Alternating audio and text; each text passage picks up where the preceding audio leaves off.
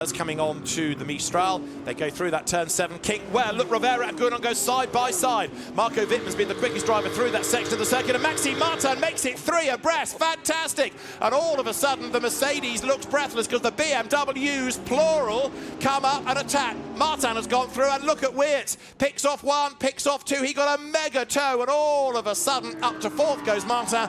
5th is Weerts, 6th is Rivera, and down to 7th is Gounon, but he fights back on the outside line. Look at this job. Wow, courageous driving by both drivers.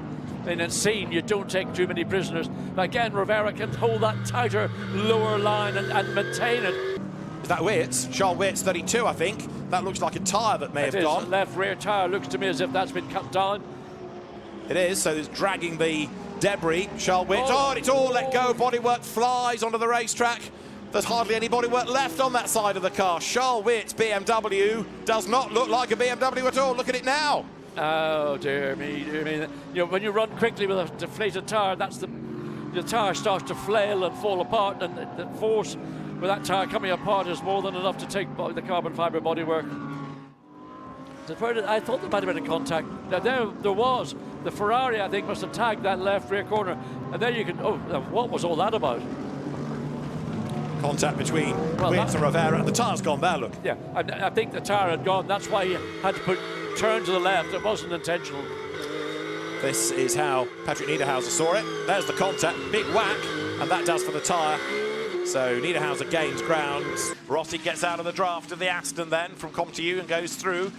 So 2 Belgian teams, WRT and ComTU, but I think Rossi now has just managed to put a little bit more daylight between himself and Charles Weerts. A 2nd career win in Fanatec GT for Valentino Rossi is around, not this corner, not the one after it, but the one after that as they turn their way up towards the end of the lap. That's 14, then there's 15 and 16, and I don't think Weerts is going to be able to dive up the inside. Valentino Rossi has done a fantastic job to withstand the pressure.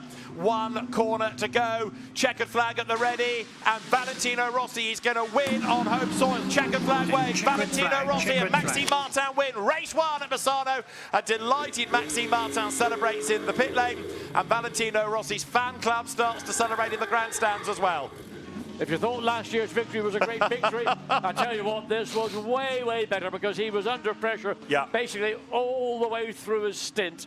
And he didn't flinch, he didn't make an error. Okay, Weerts was catching him, but at the end of the day, he got it done. He took the checkered flag, and I think that's a fantastic, happy Rossi.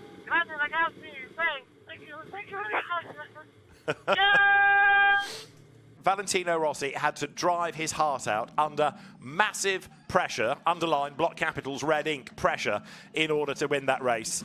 Lights on the gantry are red. Race 2, Fanatec GT World Challenge Europe, powered by AWS. Sprint Cup at Misano is go. BMW versus Mercedes, and it's going to be BMW ahead as they blast down towards the first corner.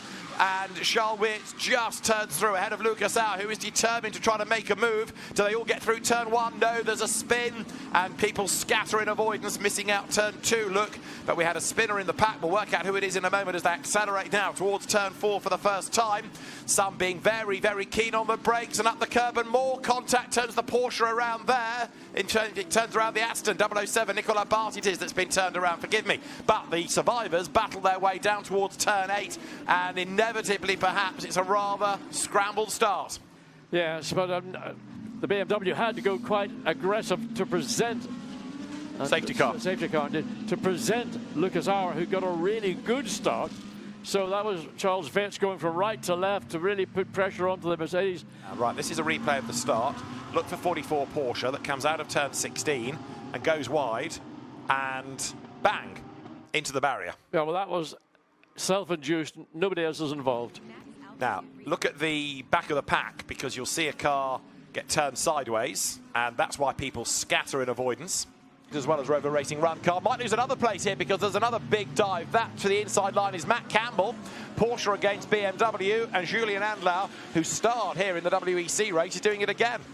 Yeah, again, a very, very late dive, but the BMW side by side down the hill. Porsche's on the inside going into the switchback, and side by side, and the BMW's got to run inside the top of radio. Well, that'll be the scene And again, look behind it, the battle going on. 4 cars, an Audi, 2 Porsches. Oh, 4 abreast. Abreast going up, Camel straight. And the one that's gained is Julian Andlauer, I think, in the Rutronic car, because he's come from the back of the queue to the front of it. He's got ahead of Ricardo Feller, also Matt Campbell and Marco Wittmann, and that with a tow and absolutely massive whatnots has put Julian Andlauer 4 places up the road. Well done. And drama, because that's a bit of 63 I would offer you, isn't it? The Lamborghini has made contact. So who was behind the wheel? Oh, Andrea Caldarelli is in 63. Andrea Caldarelli has lost bodywork. That's going to be a pit stop, surely. That might even be a full course yellow to get it off the track, depending on how close your marshal's post is. So we need to keep an eye on that. But a bit of front damage. There it is. Look in the background. Gaping gap at the front. So the bodywork has gone. If it's purely cosmetic, might not be the end of the world, although the aero will be distorted. Full course yellow coming. Full course yellow to retrieve that bodywork. Beretta and Jaminet also losing time. Oh, there they are in the gravel. So the number 77 is Beretta. The number 92 is Jaminet. Right, so this is 26. He moves across on the Mercedes. Oh, no, it was the other Audi that moved across. And Klimenko kind of had to take evasive action and got into the back of the McLaren. So 2 incidents. That one, elsewhere on the lap, we'd already had, I think, one. Now, was that people slowing because of the full course yellow? And some jinked out of the pack because the cars ahead were slowing. It caught them by surprise. And it was a trigger effect of that. I think it may well have been. And now we start to assess. That is a radiator done, isn't it? Absolutely, that is a hole in the radiator, isn't it? And there has definitely been contact. Even the Lamborghini logo scratched, so he's gone under the diffuser of somebody. We lost 3 cars earlier around Eau Rouge, and we're going to have a look to what happened. It's Nicolas Bart in the number 12. Oh, blimey, and gets squeezed down the hill by, is that the 333? It is the 333. And a third car got involved. Okay, blimey. Yeah, so we saw a similar situation actually in the British GT, a bit nearer to the exit of La Source. So, oh dear. Oh, don't like that. A car stuck in the middle of the racetrack and nowhere to go. And I hope there's enough warning flags to ensure that everybody coming. Oof. Dear, that is horrendous. Absolutely horrendous.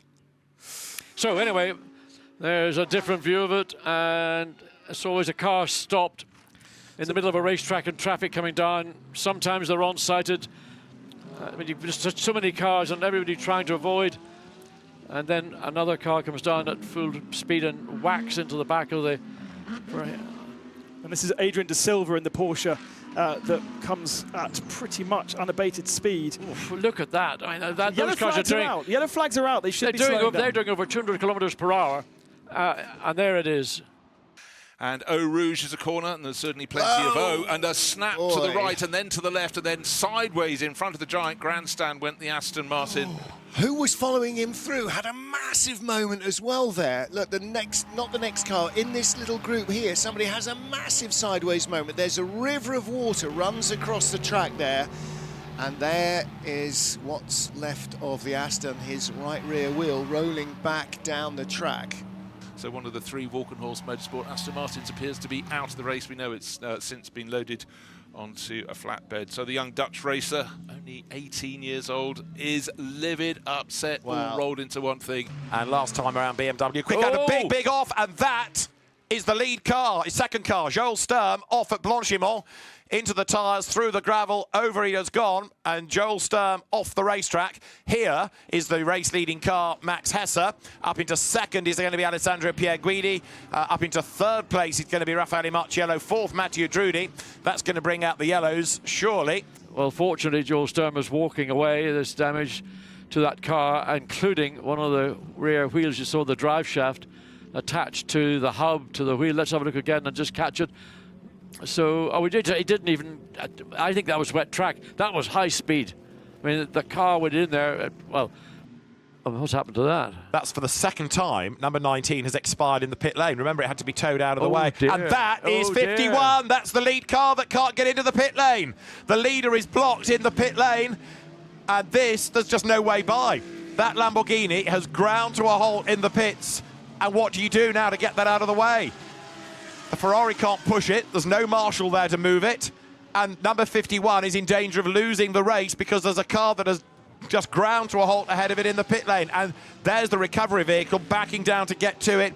AF Corsa will be fuming about this. Oh, this could be the race lost. It is absolutely gut-wrenching. That's the second time that number 19 Lamborghini has had to be towed into the pit. So are they running it so far on the fuel that it just has nothing left when it comes in? Look, still Pierre Guidi can't get... Absolutely. Over a minute waiting. So now the driver's got to jump into the cab. There weren't two people there to do that. There's only the driver to jump out of the vehicle, pull it. He didn't have a mate there to do the attachment. And the Aston Martin team are over the moon about this. That was about 55 seconds of being stationary for the Ferrari before it was able to move. Kara, that puts Lucas Auer up the inside. They're absolutely mirror to mirror going down the straight now into the Mercedes arena. Ferrari gets forced out wide. Ben Green's got the inside line for the corner. He will go back through, but he's going to go out wide. Here comes Auer. He's on the pedal. He goes up the inside. That's the outside for the next corner, but he's got the job done. And Dan Harper tries to open the door as well. He's up the inside line. Do we see red? We do on the inside. Ben Green tries to defend, and Dan Harper goes through as well. 2 places lost in really a handful of corners behind Ben Green. But Ben Green's coming back. Dan Harper ran wide coming into the stadium, so he's got that position back. And that all began because Ben Green ran wide on the exit of turn 6, opened up the opportunity to Lucas Auer, and Dan Harper thought I'll have a bit of that as well, but he got slightly wrong-footed himself coming into the stadium. Wow, what a great battle between these 3 cars. Look at the gap, how quickly he's opened up between now second and third place Ferrari. And again, Dan Harper looking to find a way to make that, put the Ferrari back into 4th place. He's got the run coming down into turn 6, too far. And again, defence from Ben Green, but they make the undercut. Don't get too close now. Cut back without touching the back of the Ferrari.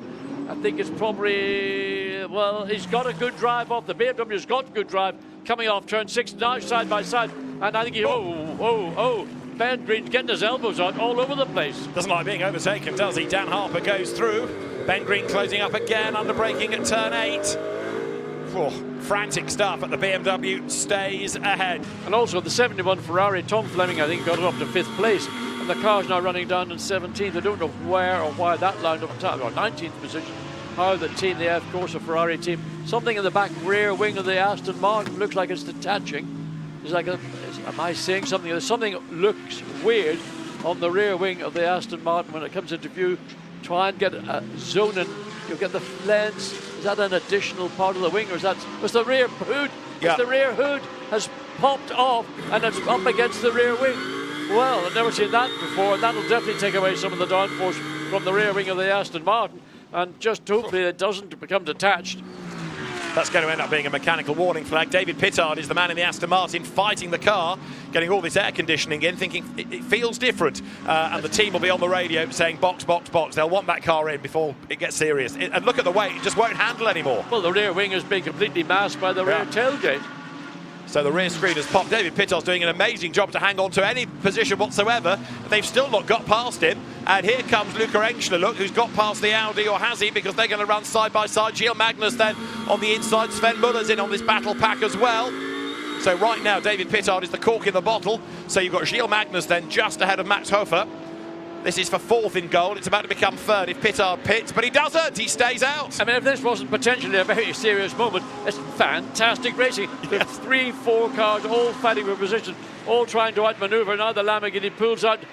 And the screen's gone, I think, hasn't it? Not flown off. So David Pittard has lost that rear bodywork. Now this is how Gilles Magnus saw it all. He hits him, and that's how the rear screen popped out. He just went straight into the back of him. The Herbeth car of Ralph Bone is not where it ought to be, John Watson. Well, I can't explain what has happened there. So okay, let's see. Oh, look! Oh dear. Well, presumably there was some contact there. There's real contact. Oh, we've got a car sitting sideways in the track. That's the 91 Porsche. It got rotated, and we think it might have been the Matisse there, the Aston Martin. So that car's going to have to go push back into its garage to effect a repair. The front splitter's still smoke coming from it because it's got superheated, being dragged along the racetrack. Looks like a good start from the front row from the pole sitter. Good job, but a challenging Jordan Pepper. John has been Nostradamus. He's predicted to have a good start. And then Lucas Stoltz looking very busy, but actually, I tell you what, the Ferrari trying to come into 2nd place. Why not go for the lead? But you surely have clattered into the race. The side-by-side there, that was very, very ambitious from David Vidales, and I think he's got away with it. Has everyone else behind? No, we had cars rotated around as the dust clears. 5 cars. Oh, dearie me. 4 cars, and there's even more further on. This is the opening lap coming through turns 3 or through 2 into 3, and it's all kicked off in the worst possible manner, literally, and these opening corners.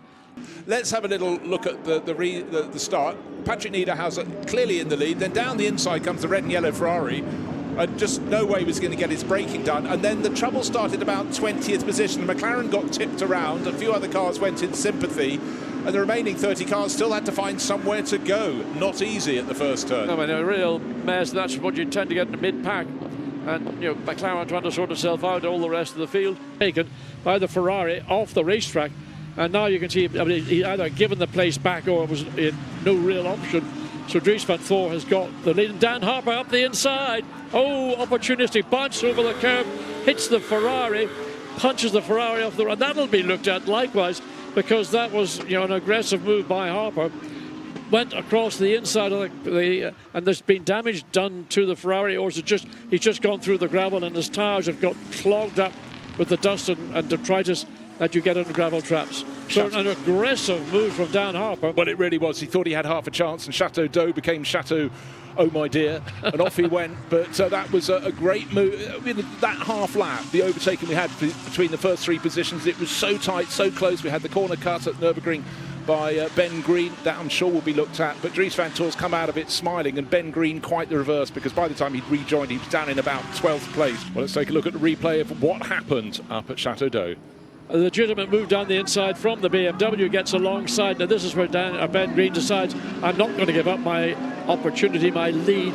Side by side coming down through the little curve before you get to the Nürburgring. And then the BMW technically, or in fact was ahead. You see both cars, but particularly the Ferrari, cut across the inside. And at that point, strictly speaking, I think Ben Green should have given back that position to Dries van Thor. And this is then where it all began to kick off. Now, whether he gave it up voluntarily, because we saw coming up into Imola, and then watch what happens on the exit of Imola, coming up into the entry into Chateau d'Eau. And Dan Harper makes a very move. There it goes down the inside, bumps over the curb, slams sideways into the Ferrari. Ben Green's got no options or choices. The car, it's like a snooker ball, Bosch.